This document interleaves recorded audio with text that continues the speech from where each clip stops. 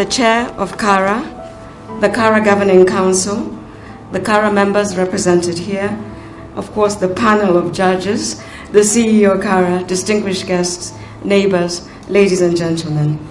I'm delighted to be here with you this evening during this Excellence Awards ceremony. This event comes at an opportune moment here in Kenya when we are hosting the third United Nations Environment Assembly, whose theme is Towards a Pollution-Free Planet. I am aware that some of the engagements of the resident association contributes enormously to this theme. So far, we have 180 countries represented, over 100 ministers of environment here, and I'm expecting 4 heads of state. Makofi to Kenya. Of course, everybody can identify with this evening's event since we all reside somewhere and cherish our neighbors with whom we together form a neighborhood, an extended family, as it were. Every day when we wake up, our neighbors reassure us that we are together to face the new day. In case of a challenge, such as lack of water, disruption of electricity, and insecurity, neighbors are the first people with whom we converse before help is sought from relevant agencies. In this regard, I am delighted that this meeting has been convened to discuss issues that are part of our lived experience. Ladies and gentlemen, today, 50% of humanity lives in urban areas, and this figure is expected to rise to 70% by the year 2050. Environmental, social, and economic challenges will increase tremendously if urgent measures are not put in place to reduce and possibly stop any further slide to unsustainability. Urban areas present an opportunity to share resources and space in a manner that ensures a lasting protection of the planet and its natural resources, leading to environmental sustainability. However, most cities and urban areas are currently experiencing management and capacity challenges, and this constitutes a serious setback to environmental sustainability and therefore, by extension, our human well-being. The global impetus in sustainable development is to renew and plan for ecological resilient cities and human settlements by adopting sustainable patterns of consumption and production while protecting and valuing ecosystems and our biodiversity. Rapid urbanization has led to the rise of informal settlements, while zones previously designated as rural settlements are now part of our suburban or urban settlements. Such areas experience acute shortages of public services. The rapid urbanization that has taken place against the background of weakening capacity of our county or local governments to provide services. This has seen the emergence of neighborhood associations to complement efforts of county and local governments. This is a paradigm shift in urban management where local stakeholders are considered as strategic partners in how urban areas are governed.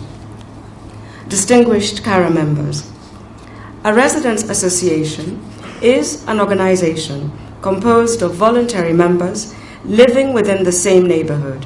There are common problems in every neighborhood that are addressed communally. Resident associations have been quite instrumental globally in addressing issues of security, social and communal facilities in the locality, such as water shortage, garbage disposal, to name a few. Some associations have even gone further and initiated youth programs, created channels through which they could tackle antisocial behavior, champion social entrepreneurship, and address financial exclusion. The associations have managed to secure not just the residents' input, but have also, in most cases, roped in the authorities as well. Allow me to digress, I'm a professor in my other life, into the philosophy of resident associations. According to social capital theory, social cohesion is critical if societies are to prosper both socially and economically to achieve sustainable development. Social networks offer general economic and emotional support on a sustained basis. It is fundamental that communities forge ties and coalesce around common goals. Sustainable development that entails economic and social progress normally flourish when there are mutual partnership between all stakeholders, where forums exist in and through which they can identify and pursue common goals. The existence of resident associations is not only the precursor of good management, but also the key to sustained socio-economic development. Areas that have a long tradition of resident associations develop faster compared to those regions where these groupings are absent. This is because these areas nurture structures that allow citizens' involvement and responsive management. The structures created at the local level support collective action, enforce norms, generate expectations of reciprocal actions, or foster feelings of mutual trust. Resident associations are a dimension of civic society that is neither political nor economic, but one that interacts with both to promote the welfare of all the people. We have seen associations grow to become close-knit families that support each other both financially and also psychologically. Through resident associations, the residents have succeeded in many things, such as organizing opposition against new developments that go against planning plans for the area. I know firsthand through NEMA of many of these cases, and we have been put to task by resident associations regarding approvals for development projects. Some have raised tenancy issues, such as grabbing of sensitive areas, such as wetlands, and general issues of insecurity. I encourage the resident associations to keep challenging us. Resident associations can also serve as reconciliatory bodies.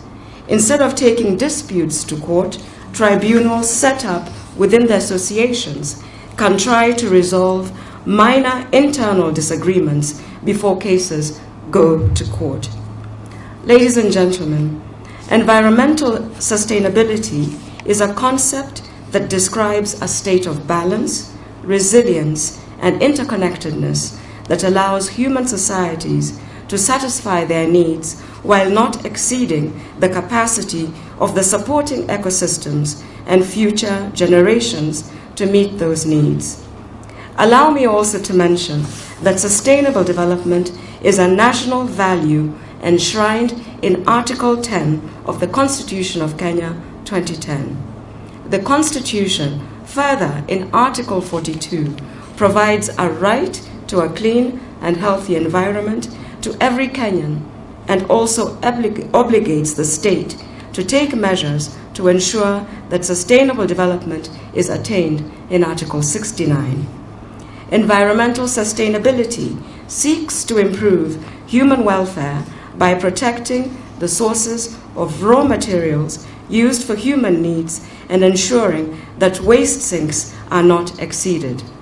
Environmental sustainability demands that we humans must learn to live within the limitations of the biophysical environment where natural capital is maintained both as a provider of inputs and a sink for waste. Environmental sustainability also emphasizes the need for sustainable production and sustainable consumption. Environmental sustainability sustains global life support systems indefinitely in terms of food, water, air, biodiversity, and energy, and so on. There can be no social sustainability without environmental sustainability. Recently, Kenya has experienced social conflict as a result of drought associated with climate change. This led to food and water insecurity for both humans and livestock. For us to sustain social and economic development in the throes of climate change, we must prioritize environmental conservation. Ladies and gentlemen, Sustainable Development Goals, SDGs, further elaborate on the diverse interventions needed to achieve sustainable development. For example, Sustainable Development Goal number 11 provides that cities and human settlements should be made inclusive, they should be made safe, they should be resilient, and most importantly, they must be sustainable. The resident associations will therefore play a critical role in achievement of the SDGs, and this implies that there is need for continuous learning. I am aware that some associations are actively engaged in educating their members on matters such as good governance, accountability, and others on ethical and legal issues. I have encountered many lawyers that have been taught the law through the residents' associations. People know their rights. My ministry would wish that CARA works closely with us to enhance awareness on environmental issues, the SDGs, climate change, green economy, and more importantly, circular economy practices, among others. Sustainable development also demands the need for public or community participation characterized by shared values, commonly accepted standards, and also cultural norms. The practices and attitudes of residents and users of land and water spaces strongly determine the extent of the environmental impacts. In order to internalize the externalities, there's need to bring about behavior change. This can be achieved through enhanced public awareness campaigns by everyone, and resident associations could play an active role in mobilization and coordination.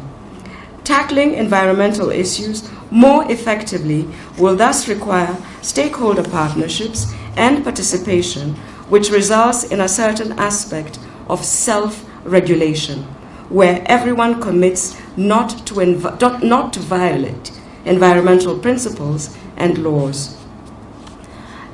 Distinguished CARA members, as I conclude, let me highlight some of the areas where interventions are needed by the resident associations to enhance sustainable development. Resident associations need to invest in the following interventions urgently. 1. Making sustainable transportation choices through walking or riding your bike whenever possible, using public transportation when possible, consolidating your trips, and also carpooling to work or school. 2nd, making sustainable food choices, such as choosing local food whenever possible, choosing organically grown fruits and vegetables, grow your own fruits and vegetables. I know some of you here do. 3, making sustainable energy choices, such as turning off lights and electronics when you are not in the room. Look for the small changes that can lead to big energy savings. Use renewable energy, such as solar, use natural lighting instead of electricity, use energy-saving cooking devices, and so on. 4, which is huge, reducing, reusing, recycling. Thorough use of items whenever possible. Buy reusable items. Choose items with minimal packaging. Those of you who are cheating on the plastics bag ban, we know you. We've already arrested 60. We're going to arrest more. Recycle everything that you can. Don't litter, don't litter, don't litter. Number 5, keeping chemicals out of water supply by using fewer and environmentally friendly chemicals. Also, avoid using excessive pesticides and herbicides. Dispose of toxic waste properly, and also, most importantly, as much as possible, reuse your water, conserve your water. And finally, 6, getting involved and also educating others. By learning about the major polluters in your area, aim to change the daily habits of people by creating awareness of personal responsibilities to our common future in relation to pollution control. These interventions are not so difficult at the individual and at the association level.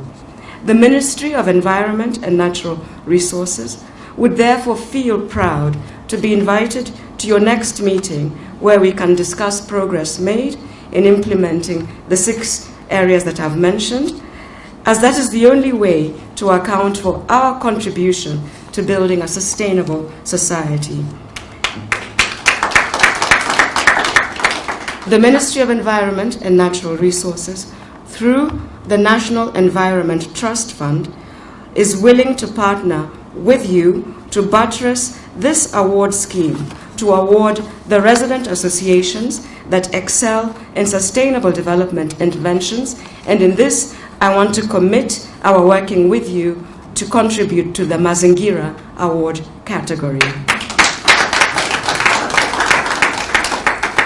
With those very many remarks, ladies and gentlemen, and even a lecture in between, I wish to congratulate all the winners for your outstanding and exemplary work. I thank you, and together we will. Thank you very much. Thank you so much.